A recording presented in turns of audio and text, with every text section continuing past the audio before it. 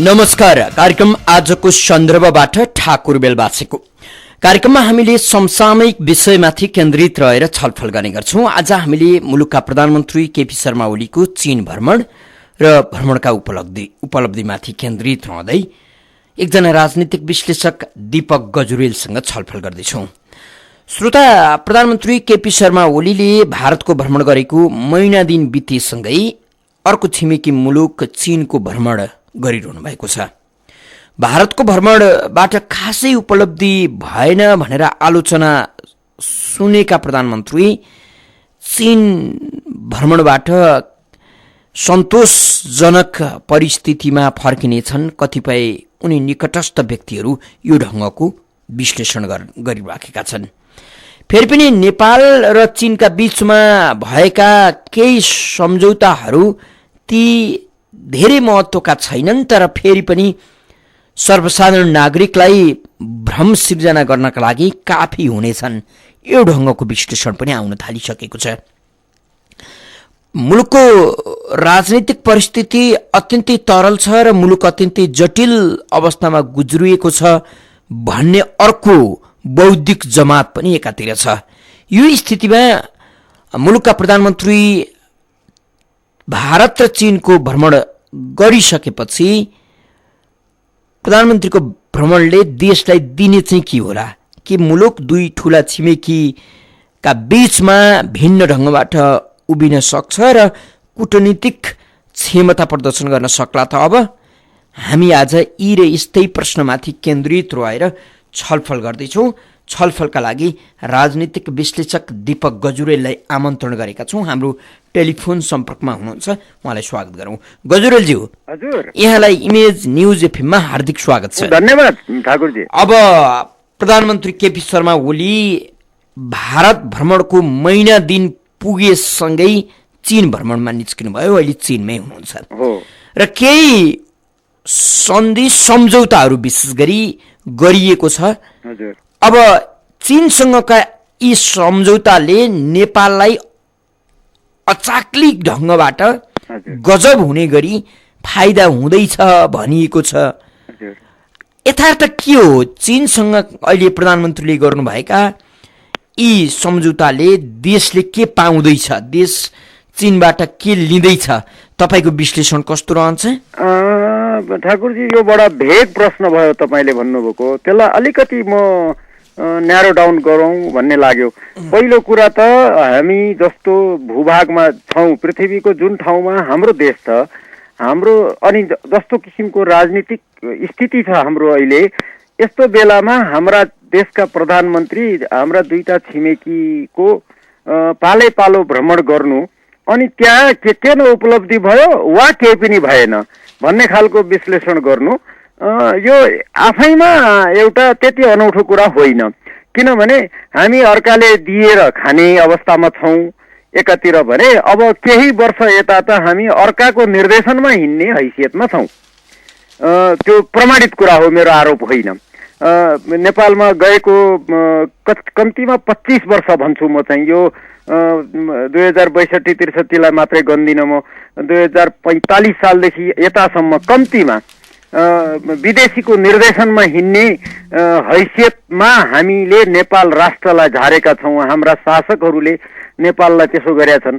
त्यसले गर्दा हामी कमजोर भएका छौँ, दिन प्रतिदिन कमजोर हुँदै गएका छौँ। भनेको राष्ट्रिय हैसियतमा है, राष्ट्रिय हैसियत भनेको आर्थिक, कूटनीतिक, राजनैतिक, बौद्धिक जति पनि पक्षहरू हुन्छन् राष्ट्रलाई बलियो बनाउने, ती सम्पूर्ण पक्षमा हामी दिन प्रतिदिन झनभन्दा झन कमजोर हुँदै गएका छौँ।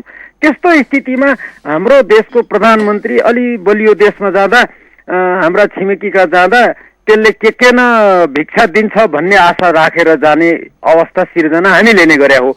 त्यसले गर्दा तपाईँले अघि भूमिकामा भन्नुभएको जस्तो भारतमा गएर के न ल्यायौँ भनेर हल्ला गरियो, फर्केर आएपछि केही रहेनछ भन्ने कुरो एक प्रकारले देखियो। तर एक थरीले के न ल्यायौँ। पहिलो कुरो, मित्र राष्ट्रमा भ्रमण गर्न जाँदा यदि रेसिप्रोसिटी हो भने, समानताको आधारमा सम्बन्ध हो भने, एउटा हाम्रो देशको प्रधानमन्त्री हाम्रो छिमेकीका जाने बित्तिकै के लिएर आउनुपर्छ भन्ने आशा गर्नु नै हुँदैन थियो। पहिलो कुरा त्यो गर्ने हैसियत मा हामीले आफूलाई पुर्याउनु हुँदैन थियो। मित्र राष्ट्रको भ्रमणमा हो हामीले एउटा के भन्ने मित्रता औपचारिकता यी कुरामा सीमित राखिदिने हो, केमा लिएर आउँछु भन्ने होइन। उही तपाईँको कुनै ठाउँमा जानुभयो, त्यहाँ केटाकेटी छन् भन्ने तपाईँलाई थाहा छ भने केटाकेटीले चक्लेट ल्याइदियो कि ल्याइदिएन भन्ने आशा गर्छन् नि, त्यस्तो अवस्थामा हामीले देशलाई पुर्यायौँ। त्यसले गर्दा अनि जहिले पनि कसले के दियो, हामीले के फाइदा पायौँ भन्ने हैसियत, यसले एउटै कुरो देखाउँछ, हाम्रो हैसियत सत्यानाश बनाइएको। गजुरेलज्यू, अब यहाँले भन्न खोज्नु भएको मुलुकका प्रधानमन्त्री छिमेकी मुलुकको भ्रमण गर्दा कूटनीतिक हैसियतमा देश बोकेर राष्ट्रियताको अथवा देशको हैसियतमा, देशको प्रधानमन्त्रीको हैसियतमा जानु पर्थ्यो, तर त्यहाँ त माग्नेको हैसियतमा जानु नै दुर्भाग्य भन्दै हुनुहुन्छ। तर हाम्रो अपेक्षा त माग्नु सिवाय नागरिकमा पनि त त्यस्तो केही चिन्तन छैन नि त, होइन र भने? नागरिकमा चिन्तन छैन मैले भन्दिनँ। एउटा नागरिक भनेको हो त्यो प्रश्न छैन। हेर्नुहोस्, अहिले नेताले अराएकोमा हिँड्ने एउटा वर्ग छ। अहिले सिट्टी फुकोस दुई चारवटा प्रमुख भनिने दलहरूले काठमाडौँमा लाखौँ मान्छे भेला गर्छन्। साँच्चै दुःख पाएका जनता भेला हो भनेर भनौँ भने 100 जना पनि भेला हुँदैन। हामीले पटक पटक कमसेकम यो 6 महिनामा देखेका छौँ। त्यसैले नागरिकको त्यहाँ कन्फ्युजन छ। अनि नागरिक को छ त भन्दा तपाईँले अघि भूमिकामा भन्नुभएको जस्तो हाम्रा प्रमुख नेताहरू, प्रमुख दलका शीर्ष नेता के भन्ने गरिन्छ, उहाँहरूले जे भन्नुहुन्छ त्यसको पछि पछि हिँड्नेहरू छन्। तपाईँलाई प्रमाणित गर्नलाई थुप्रा कुरा छन् बजारमा। आयल निगमले 1 रुपियाँ भाउ बढाउँदा आगै बाल्नेहरू कहाँ छन् हिजो आज, थुप्रा उदाहरणहरू छन्, त्यतापट्टि नजाउँ। त्यसैले नागरिक उल्लु भएको होइन, नागरिकलाई उल्लु बनाइएको र त्यो बनाउने हैसियतमा ती नेताहरू छन्, ती राजनीतिक दलहरू, ती नेताहरू हामीलाई उल्लु बनाउन सक्ने हैसियतमा छन्। जसले बुझ्छ त्यसलाई चुप्प लगाइदिने, बोल्नै नदिने, बोल्यो भने पनि सुन्ने अवस्था सिर्जना गर्न नदिने स्थिति त्यो हो एउटा। अनि अर्को फेरि प्रधानमन्त्रीकै भ्रमणको कुरा गरौँ, चीनबाट के न उपलब्धि भयो भन्या छ। ए बाबा, हामी त्यहाँ भ्रमण गरेर आउँदाखेरि केही लिएरै आउनुपर्छ भन्ने केही छ र? पहिलो कुरा त्यो अवस्था हामीले सिर्जना गर्यौँ आफूलाई कमजोर बनाएर, र त्यसबाट उपलब्धि के पनि भएको छैन। हेर्नु, सानो उदाहरण, भारतले अस्ति नाकाबन्दी लगायो, हामीले चीनबाट तेल ल्याउँछौँ, तिमीले देऊ नदेऊ भनेर साह्रै ठुलो आवाजले कुर्ल्यौँ हामी, यहाँ बुरुक बुरुक मृग जस्तो उर्ल्यौँ, के अरे उफ्र्यौँ, होइन? अनि त्यो उफ्राइ बाछो जस्तो भएन, गुइठा उफ्राइ भयो। कसरी भयो भने चीनबाट ल्याउँछौँ भन्यौँ, 30% ल्याउने भन्यौँ। अहिले फेरि हाम्रै मेन स्ट्रिम मिडियामा पढ्दैछु, भारतले जति दिनुपर्ने भनेको भारतले सित्तै दिया होइन नि, हामीले किन्ने हो त्यो पेट्रोलियम। त्यो पेट्रोलियम जति हामीलाई चाहिन्थ्यो, जति हामी सधैँ ल्याउँथ्यौँ, त्यसको 30% घटाएर दिइरहेछ अरे। तिमी चीनबाट ल्याउ न त 30% भने जस्तो गरेर, भन्या छ वा छैन थाहा छैन, तर त्यो किसिमले आएको छ अरे। भनेको हाम्रो अस्तिको उफ्राइ बाछो उफ्राइ थिएन रहेछ, गुइठा उफ्राइ रहेछ हो। मैले यो उदाहरण मात्रै दिएको, यो धेरै ठाउँमा यस्तो अवस्था छ। जस्तो नि गजुरेलज्यू, अब प्रधानमन्त्रीले चीनसँग पारवान सन्धि गरिसकेपछि त गजबै होला नि त फेरि। यो त फेरि पारवान सन्धिमा त ठाकुरजी बडा रमाइलो लागेको छ मलाई। हेर्नुहोस्, पारवान सन्धि भनेको चीनमा उत्पादित वस्तु वा सेवा नेपालको बजारमा ल्याएर बेच्नु भन्या होइन, नेपालको वस्तु वा सेवा चीनमा लगेर बेच्नु भन्या होइन। त्यो सन्धिले हामीलाई दिने सुविधा भनेको चीनिया भूमि प्रयोग गर्न दिने हो, हामीलाई व्यापार गर्न। त्यसो भनेको चाहिँ चीन भन्दा अरू कुनै देशबाट कुनै वस्तु वा सेवा नभनौँ, वस्तु नेपालको बजारमा ल्याउनु पर्यो किनेर हामीले भने, उदाहरणको लागि दक्षिण कोरियाबाट वा रुसबाट वा कजाकस्तानबाट वा जापानबाट कुनै वस्तु ल्याउनु पर्यो भने त्यो चीनको भूमिमा पुर्याउने। त्यसपछि चीनको भूमिको हवाई जहाजको बाटो हुन्छ कि पानी जहाजको हुन्छ कि रेल हुन्छ कि सडक हुन्छ, त्यो बाटो भएर नेपालभित्र छिराउने। त्यो भनेको चीनको बाटोबाट भन्ने बित्तिकै हाम्रो उत्तरपट्टिबाट, अनि नेपालमा ल्याएर त्यसको व्यापार गर्ने। अनि एन्ड भाइस वर्सा भन्छ अङ्ग्रेजीमा, नेपालमा उत्पादित वस्तु चिनिया भूमि छिराउने, त्यसपछि त्यसको चिनिया भूमिबाटै हिँडाएर फेरि उता समुद्रतिर अथवा कता पुर्याएर अर्को देशमा पुर्याउने। मतलब के भने हाम्रो वस्तु तेस्रो देशमा अन्त पुर्याउन वा अर्को ठाउँबाट नेपालमा ल्याइ पुर्याउनलाई चीनको भूमि प्रयोग गर्न पाउने अधिकार प्राप्त भएको हो त्यो ट्रान्जिट ट्रिटीले। जस्तै त्यसैले मलाई कम्प्लिट गर्न दिनुहोस् प्लिज। त्यसको अर्थ के हो भने सिद्धान्त त है मात्रै सिद्धान्तमा अब हामीले भारतको कलकत्ता विशाखापट्टनम अथवा के पोर्ट प्रयोग गर्छौँ यो सबै नगर्दा भयो। इन प्रिन्सिपल भारतको 1 ऐँची पनि भूमि प्रयोग गर्न आवश्यक भएन। भारतसँग सायद अब ट्रान्जिट ट्रिटी पनि नगर्दा भयो। इन प्रिन्सिपल चीनको भूमि प्रयोग गर्नुहोस्, जापानबाट गाडी ल्याउनुहोस्, साङ्घाई पुर्याउनुहोस्, त्यहाँबाट फेरि ल्यान्ड रुटबाट संसारको सबैभन्दा डिफिकल्ट टेरेन भन्ने गरिन्छ टिबेटन प्लेट र हिमालयन रेन्जलाई, त्यो बाटो भएर काठमाडौँ ल्याएर नेपालभरि वितरण गरेर बजार चलाउनुहोस्। इन प्रिन्सिपल भारत चाहिएन अब हामीलाई। अनि अब बन्दरगाहको कुरा गर्ने हो भने अब यसलाई अलिकति कम्प्लिट गरौँ। अब हामीले यहाँबाट कलकत्तामा अहिलेसम्म व्यापार गर्दैछौँ। भारतमा, चीनमा, साङ्घाईमा उत्पादन भएको वस्तु वा तिब्बतका कुनै के अरे औद्योगिक क्षेत्रमा उत्पादन भएका वस्तु पनि समुद्रको बाटो भएर भारतको कलकत्ता भएर हामी ल्याएर व्यापार गर्दैछौँ अहिले। त्यो भनेको केही 100 किलोमिटर हुन्छ, लेस देन 1000 किलोमिटर भन्ने गरिन्छ। एक्ज्याक्ट त फरक होला।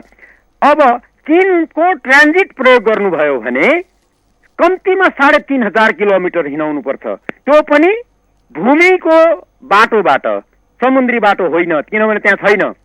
3500 किलोमिटर भूमि, त्यो भूमि भनेको संसारको सबैभन्दा जटिल र कठिन भौगोलिक क्षेत्र टिबेटन क्षेत्र र हाम्रो हिमालयन क्षेत्रबाट रेल अथवा के भन्छ तपाईँको सडक यस्ताबाट प्रयोग गरेर ल्याउनुहोस्।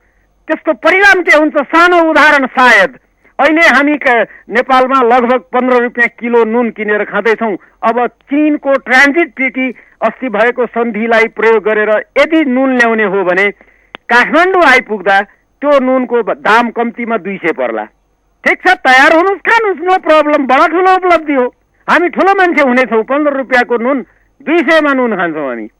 सायद त्यो गर्ने हो भने ओके, होइन भने छोटकरीमा एउटा सेन्टेन्स भनिदिन्छु, त्यो ट्रान्जिट ट्रिटी जुन भएको छ अर्थहीन छ अहिलेको लागि। भनेको प्रधानमन्त्रीज्यूले चाहिँ चीनसँगको पारवान सम्झौता सन्धि चाहिँ आकाशको फलका लागि गर्नुभएछ, कहिले झर्छ र खाउला भने जस्तो। कहिले झर्नेवाला छैन। पृथ्वीको यो भूगोल कायम रहेसम्म, भनेको चीन भन्ने देश त्यहाँ रहेसम्म, नेपाल भन्ने देश यहाँ रहेसम्म, भारत भन्ने देश त्यहाँ रहेसम्म केही हुनेवाला छैन प्र्याक्टिसमा है। सिद्धान्त त मैले भनिसकेँ, अब केही नगर्दा पनि भयो।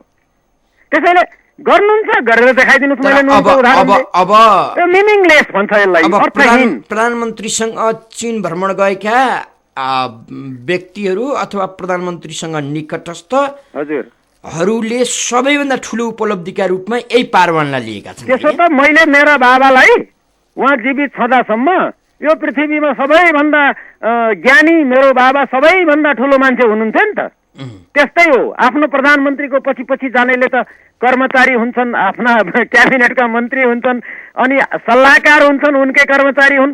उनीहरूले त भन्नै पर्यो नि, उचाल्नै पर्यो नि। तपाईँको त्यो के अरे राजा नाङ्गै छ भन्ने बच्चा ननिस्केसम्म एउटा अवस्था त त्यो त नुनको सौदा पनि गर्नु पर्यो। हेर्नुहोस्, त्यहाँ त थोरै मर्यादा पनि हुन्छ। उहाँसँग गएका सचिव र कर्मचारी अथवा परराष्ट्रका पदाधिकारीले प्रधानमन्त्रीले गरेको काम छैन भनेर मैले जस्तो त बोल्न मिलेन। हेर्नुहोस्, जस्तो नि अब गजलज्यू अहिले विशेष गरी मुलुकको राजनीति हाम्रा दलहरूका मुठीभित्र छैन, कति बेला कता बतासिनी टुङ्गो छैन भनिएको छ। यो स्थितिमा प्रधानमन्त्री 2वटा छिमेकी मुलुकको भ्रमण गर्नुभयो भनौँ न, अब चीनको पनि सम्पन्न हुँदैछ। अब यसले मुलुकलाई राजनीतिक रूपमा स्थिर राख्न थप सहयोग पुर्याउला कि झन अस्थिर बनाउला? मलाई ठ्याक्कै ठोक्वा गर्न त गाह्रो छ ठाकुरजी अहिले तत्काल। तर एउटा यसो गन्ध कतै चारैतिर हेर्दा, अध्ययन गर्दा, गन्ध भनेको नाकले सुँग्ने कुरा भएन। अध्ययनको हिसाबले के देख्दैछु म भने अहिले नेपालमा बडा शान्ति छ। कतै आन्दोलन छैन, तोडफोड छैन, आगो बाल्या छैन, विरोध यो हुन्छ नि एक प्रकारको राजनीतिक गतिविधि गर्मागरम त्यस्तो केही देखिया छैन। इभन कलेजका विद्यार्थीहरूले टायर बाल्या छैनन्, केही पनि छैन, बडा शान्ति छ। यो मलाई डर लागेछ। ठुलो आँधी अगाडिको अशान्ति त के अरे शान्ति त होइन यो, होइन, एउटा एक प्रकारको थाहा छैन के हो। तर भनेको तपाईले केही कुरा जस्तै केही विद्रोह हुनु अगाडिको अथवा केही अनिष्ट हुनु अगाडिको शून्यता, त्यो सुनसान, त्यसपछिको ठुलो विध्वंस हुन्छ भनेको जस्तो तपाईले अहिलेको यो बडो शान्त ढङ्गको यो वातावरण पछिको अनिष्टको सङ्केत हो भन्न खोज्दै हुनुहुन्छ। तपाईले कल्पदै गरेको त्यो अनिष्ट के हुन सक्छ? देशी विदेशी शक्ति केन्द्रहरूको सहभागिताको अनिष्ट हो कि गरिबीको अनिष्ट हो कि? अलिक बुझाइदिनुहोस् न। यो त यस्तो हेर्नुहोस्, गरिबी अथवा प्राकृतिक प्रकोप यो त मैले जान्दिनँ, यो मेरो विषय होइन। र राजनीतिक रूपमा देशी शक्ति अथवा विदेशी शक्ति कसले अनिष्ट राजनीतिक रूपमा यो देशको भविष्य स्मुथ सेलिङ भन्छ अङ्ग्रेजीमा, सुरु एकदम आफ्नो सुचारू बाटोमा हिँड्न सक्ने अवस्था म चाहिँ देख्दिनँ भोलिका दिनमा। भोलिका दिन भनेको आजकै भोलि अथवा 1 महिना पछि मैले भने होइन, आउने महिनौँ दिन, आउने वर्षौँ बडा अप्ठ्यारो अवस्था छ। किनभने हामीले नै यो अवस्था सिर्जना गर्यौँ। हामीले हाम्रो देशको लागि आफ्नो राष्ट्रिय स्वार्थ ध्यानमा राखेर के पनि गरेनौँ। तपाईँलाई सानो कुरा भनौँ, नेपाललाई यो ठाउँमा पुर्याइएको विदेशीको निर्देशनमा तिमीले भने अनुसार नेपालमा राजनीतिक व्यवस्था ल्याउनेछु र संविधान तिमीले भने अनुसार गर्नेछु भनेर विदेशी भूमिमा बसेर विदेशी नेतालाई साक्षी राखेर विदेशीको नेतृत्वमा उसको निर्देशनमा साइन गरेर हामीले 12 बुँदेबाट यो देशलाई यहाँ पुर्यायौँ। आधारभूत रूपमा यो देश यहाँ पुगेको त्यही 12 बुँदेको आधारबाट हो। तर उनलाई, भारतलाई दिल्लीमा अहिलेका भारतका राष्ट्रपति प्रणब मुखर्जी हामीले गराएको हो भनेर भन्नुभएको छ। यो 12 बुँदे सहमति उहाँको निर्देशनमा भएको रहेछ, प्रमाणित छ। त त्यो बाटोबाट हिँड्दै आएर जब संविधान बनायौँ, बिचको अर्को संविधान सभा बन्यो, के भयो भएन, जब संविधान बनाउने बेला आयो त्यसपछि भारत रिसायो। हेर्नुहोस्, भारत रिसाउनु हुँदैन, हामीले संविधान बनायौँ, तिमी किन रिसाउने भनेर यहाँ कुर्ल्यौँ। त्यो कुर्लिने अधिकार उहाँहरूको थिएन, किनभने तपाईँले भने अनुसार संविधान बनाउँछु भनेर उही साइन गर्नुभएको थियो। त्यसैले भारतले त्यो अधिकार जुन पाएको थियो त्यो अधिकार अस्ति 16 बुँदेबाट भारतको अधिकार खुस्क्याउन खोज्नुभयो यहाँका शासकहरूले। त्यसले गर्दा भयो के, अब संविधानलाई नमान्ने एउटा ठुलो शक्ति यो देशमा छ जसले केही समय तराईमा आगो बाल्यो। त्यसको परिणाम अझैसम्म पनि अब त परिणाम सिद्धियो भन्ने गरिएको छ, भ्रम हो यो, सिद्धिया छैन, जटिलतातिर थपिँदैछ भने त्यो भारत संविधानसँग रिसाएको छ र नेपालका शक्तिहरू मार्फत केही गराउँदैछ भन्ने कुरा त खुलेर आयो। भारतको भूमिमा मासु भात खाएर नेपालका आन्दोलन भनेर तपाईँहरूको मिडियाले पनि भन्यो, धेरै कुरा आइसक्यो भने त्यहाँ जटिलता छ। हामीले भारतलाई सम्पूर्ण अधिकार जिम्मा दियौँ, तिम्रो निर्देशनमा हिँड्छौँ भनेर बीचमा डेभिएट गर्यौँ र भारतलाई अटेर गरेर अर्थोकै गर्यौँ। यसको मतलब भारतले जे भने त्यो गर्नुपर्छ मैले भनिरहेको होइन। भारत वा कुनै पनि रथ, कुनै पनि विदेशी शक्ति, व्यक्ति, निकाय, राष्ट्र कसैको पनि निर्देशनमा नहिँडेर नेपाल राष्ट्रको स्वार्थमा हिँड्नु पर्थ्यो र आज ठुला स्वरले कराउने हैसियत हुन्थ्यो। मैले भन्न खोजे त्यो हो।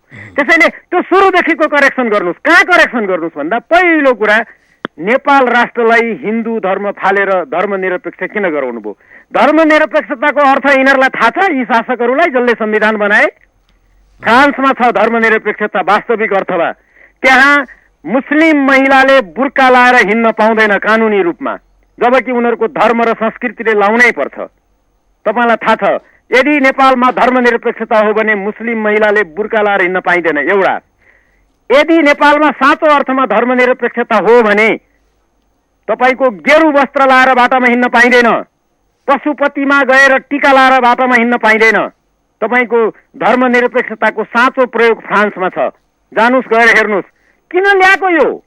क्रिस्चियनलाई समेत गाह्रो हुन्छ। तपाईँको पास्टरहरूले बाटामा त्यो पास्टरको लुगा लगाएर हिँड्नु हुँदैन, गाह्रो हुन्छ धर्मनिरपेक्षता मान्ने हो भने। यहाँ क्रिस्चियनिटी बढ्यो, धर्मनिरपेक्षता भनेकै क्रिस्चियनिटी भन्ने व्याख्या गरिएको छ। होइन, क्रिस्चियनिटीले प्रमोसन गर्न पाउँदैन धर्मनिरपेक्षतामा पनि, साँचो अर्थमा है। मैले चाहिँ भने यो ठाउँमा यो देशलाई किन पुर्यायौँ भनेको यही भाँड भैलो गराउन, राष्ट्रलाई कमजोर बनाउन, धार्मिक, सांस्कृतिक, सामाजिक रूपमा कमजोर बनाउनको लागि। एउटा अर्को, तपाईँको देशलाई धान्ने एउटा मियो हुनुपर्छ। मियो के हो? आज एउटा सेना भन्ने संस्था छ, त्यो पनि कस्तो स्थितिमा छ, बडो अप्ठ्यारो अवस्थामा देखिँदैछ। यद्यपि बाहिर खुलेर केही कुरा आइरहेको छैन, तर कुनै महत्त्व दिइएको छैन। शासकहरूले जथाभावी बोलेका छन् होइन। अर्को एउटा तपाईँ संस्थाको कुरा गर्नुहोस्। देश भनेको सिस्टमले चल्नुपर्छ। सिस्टम भनेको इन्स्टिट्युसनले, संस्थाले चलाउनुपर्छ।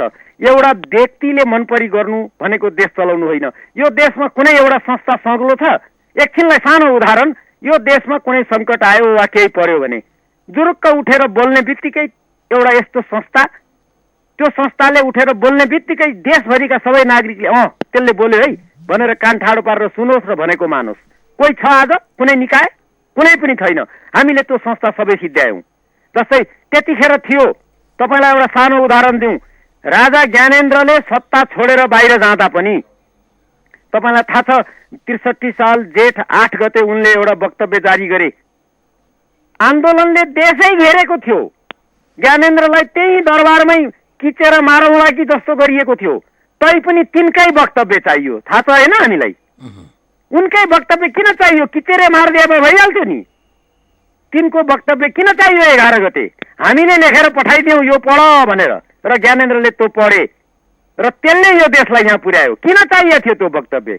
उनले केही गर्न सक्ने अवस्था थिएन, तैपनि किन चाहिएको थियो भने त्यो एउटा संस्था थियो। त्यो संस्थाको महत्त्व थियो। त्यसले चाहिने कुरा बोले पनि नचाहिने कुरा बोले पनि, राम्रो गरे पनि नराम्रो गरे पनि त्यसले जे गर्थ्यो त्यो कमसेकम सबैले सुन्थे। र तिनलाई किचेरै मार्ने किसिमले भिड जम्मा गर्दाखेरि पनि तिनकै वक्तव्य पढ्नु पर्यो। हामीले लेखेर पठाएको उनले पढे भनेको संस्थाको महत्त्व मैले उदाहरणको लागि दिएको। भने त्यो संस्था कुनै छ यो देशमा? चाहिन्छ कि चाहिँदैन? तपाईँ पृथ्वीमा हेर्नु, सफल देशहरू, शक्तिशाली देशहरू वा कमजोरै देश पनि एउटा निकाय हुन्छ जसले देश धानेको हुन्छ। हामी कहाँ अस्ति राज संस्था थियो भनेको हामीसँग आधारहरू भत्किएर भत्कायौँ। र म हेर्नुहोस्, राजनीति शास्त्रको सहप्राध्यापक हुँ त्रिभुवन विश्वविद्यालयमा। खुलेर भन्छु, सार्वजनिक रूपमा, आधिकारिक रूपमा, नेपाली नागरिक भएको कारणले यो संविधान मैले पालना गर्छु। किनभने मलाई राज्यले डन्ठा हान्छ पालना गरिन भने।